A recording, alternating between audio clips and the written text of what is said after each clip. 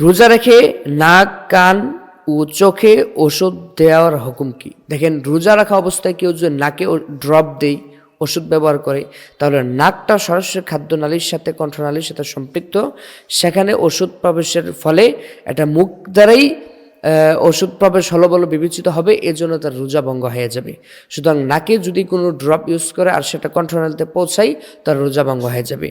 আর চোখের মধ্যে যদি কোনো ড্রপ দেয়, ফুকাহে কেরাম ফিকহের কিতাবের মধ্যে এনেছেন যে চোখের ড্রপ দ্বারা তার ভিতরে অর্থাৎ কণ্ঠনালীতে পৌঁছানোর কোনো সম্ভাবনা থাকে না। এরপরও অনেক ফতোয়ার কিতাবে এসেছে যদিও চোখে ড্রপ ইউজ করার ফলে কণ্ঠনালীতে পৌঁছায়, তারপর রোজা তার ভঙ্গ হবে না, কোনো অসুবিধা নেই। আর যদি কানে ড্রপ দেই বা তেল ইউজ করে, এক্ষেত্রে হুকুম কি?